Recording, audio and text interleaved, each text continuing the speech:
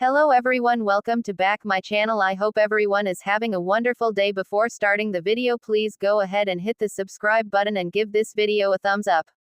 Port Charles was a busy place Thursday, April 24, 2025. If you missed General Hospital, here's a recap below for your enjoyment. Jason Morgan, Steve Burton, is with Danny Morgan, Asher Antonizin, waiting for Rocco Falconeri, Finn Carr, to arrive with Dante Falconeri, Dominic Zamprogna, so that they can play baseball. Danny and Jason talk about how losing Sam has impacted their lives. Jason says that he used to share everything with Sam and that he is now committed to being there in every way for Danny. His son acknowledges how he has stepped up to parent him and knows that Jason won't leave him. Eventually, Rocco and Dante arrive, and the brothers start to play ball. Jason and Date agree that they really need each other and agree that keeping Rocco and Danny's connection alive is crucial. Alexis Davis, Nancy Lee Grant, and Diane Miller, Carolyn Hennessy, meet with Marco Rios, Adrian Archando, to discuss his potential employment. Not telling them that Jens Sidwell Carlo Rota was his father was a huge mistake, so now they need assurances from Marco that his personal affiliation won't affect his job. Alexis says that she never prejudges someone based on their last name and welcomes him aboard. Alexis leaves, and Diane hands Marco a folder to work on. He opens it and sees Christina Corinthos, Kate Mansi court commitment papers and asks if they are a mistake. Dee tells him she gave him the wrong papers and to use discretion about what he just viewed.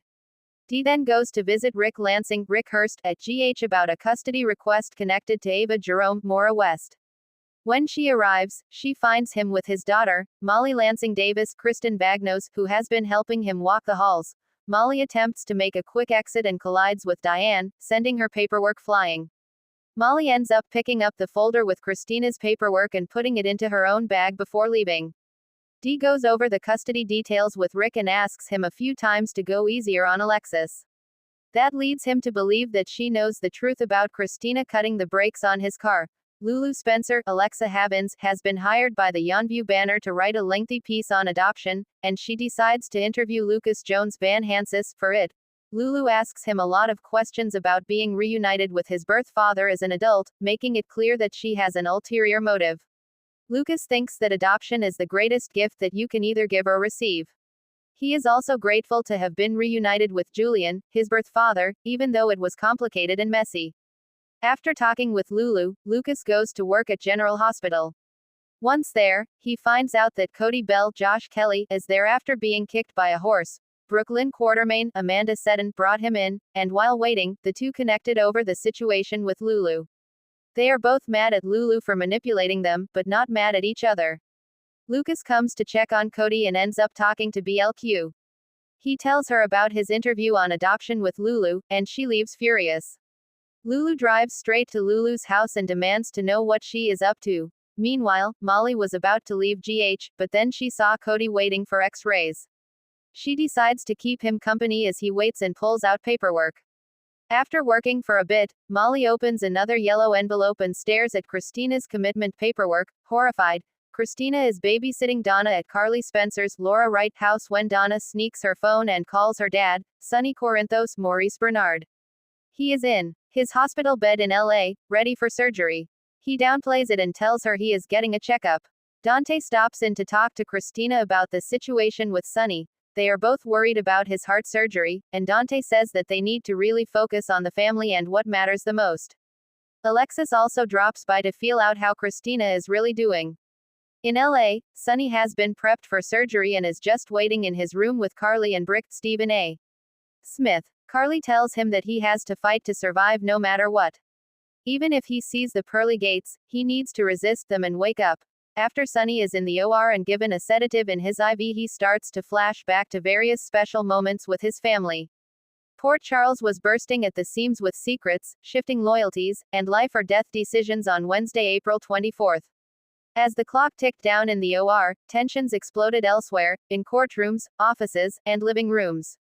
The fate of several lives was quietly unraveling while one man fought for his under the cold glow of surgical lights. Sonny's life hangs in the balance. At General Hospital, a solemn mood permeated the halls as Sonny Corinthos was wheeled into emergency surgery. The mob kingpin had been shot in what authorities are still calling a targeted ambush, and now, his fate rested in the skilled hands of Dr. Griffin Monroe, who was called back to Port Charles under dire circumstances. Carly paced outside the operating room, a ball of fire and worry. Michael arrived, tense and trying to mask his emotions, while Ava stood silently nearby, her presence barely tolerated by Sonny's inner circle. Griffin, scrubbed in and fully focused, muttered to his team, "We've got a shot at saving him, but barely." The bullet had nicked Sonny's liver, causing massive internal bleeding. A decision had to be made fast: remove part of the liver and risk complications or attempt a full repair and extend the surgical time. Back in the waiting room, Dante burst in, furious and shaken. How the hell did this happen? He growled at everyone and no one. The emotional weight was clearly hitting hard, and Ava's quiet suggestion that Sonny had it coming earned her a glare sharp enough to cut glass. Molly's shock, a surrogate secret. Across town, in a more private but equally tense setting, Molly Lansing Davis received news that would rock her world. After months of planning for a child with TJ, their surrogate, Andrea, had missed a scheduled check-in. Molly, always the planner, felt a pang of dread. But that wasn't the real shocker. Christina, her older sister, showed up unexpectedly at the apartment with something on her mind. She'd been quiet lately, too quiet. When Molly pressed her, Christina finally cracked. "There's something I have to tell you, about Andrea." Molly's brows drew together. "What are you talking about?" Christina hesitated, clearly battling herself. "I didn't mean for it to happen. It was just, we were talking, and I didn't even know she was your surrogate at first. But I've been seeing her." Silence. The words echoed as if spoken through a tunnel. "You what?" Molly whispered. "She's been confiding in me," Christina added quickly. "Not romantically, but emotionally. She's having doubts about carrying the baby." Molly's breath hitched. "You're telling me our surrogate might back out? And you knew and didn't tell me?" Christina looked like she might cry, but Molly wasn't having it. "You should have come to me the moment anything felt off. You always think you're protecting people, but all you do is cause damage." TJ entered at the worst moment possible. "What's going on?" Molly just turned to him and said, "Our whole plan might be unraveling. Marco Taggart hired, a new player, arrives." Meanwhile, a surprising power move was unfolding at the PCPD, as Jordan Ashford held a quiet meeting in her office. Her phone buzzed. "He's here," her assistant said. Marco Taggart, brother of Marcus Taggart and a newly certified PI with a mysterious past, entered the room. Jordan studied him, weighing her decision carefully. He was a wildcard, but maybe that's exactly what she needed. "I'm not hiring you because I trust you," she said.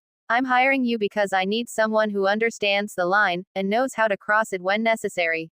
Marco smirked. "Good. I don't do cubicles." With that, he was unofficially on the team, brought in to help investigate the attempt on Sonny's life, and, more importantly, to look into who was trying to manipulate the crime families of Port Charles from the shadows.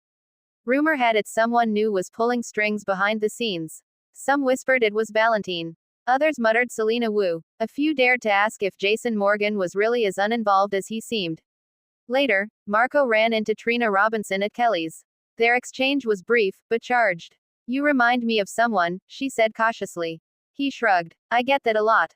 "Not sure that's a good thing," Trina replied, sipping her coffee with narrowed eyes. Nina's guilt, and a dangerous mistake.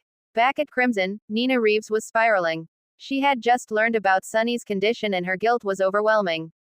Not because she had pulled a trigger, but because she'd betrayed Sonny in 1,000 quiet ways over the past year, and now she feared she might never get the chance to make things right. In a fit of impulse, she picked up the phone and called someone she knew she shouldn't, Valentine Cassadine. "I need to talk," she whispered. "Meet me at the pier in 30, he responded. Later, under the veil of night, she met him near the docks. "I think I've made everything worse," Nina confessed. "I tried to keep my distance, but Sonny, he has a way of getting under your skin."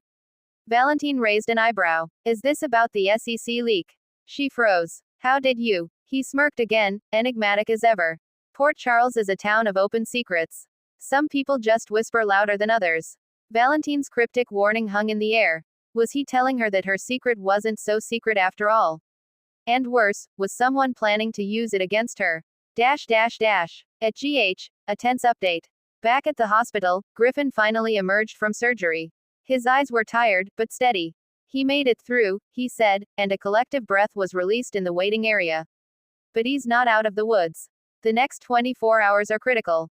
Carly clutched Michael's hand, while Dante exhaled deeply, trying not to show how close to the edge he really was. Ava, however, took a step back, lingering near the hallway. Austin Gatlin Holt, whom she'd called earlier for support, approached her. "You okay?" She nodded, but her tone betrayed her. "I don't know. I thought maybe I wanted him gone. But now that he almost is." Austin offered a gentle, knowing smile. "Port Charles never changes, does it? Dash dash dash." Closing moments, shadows grow longer.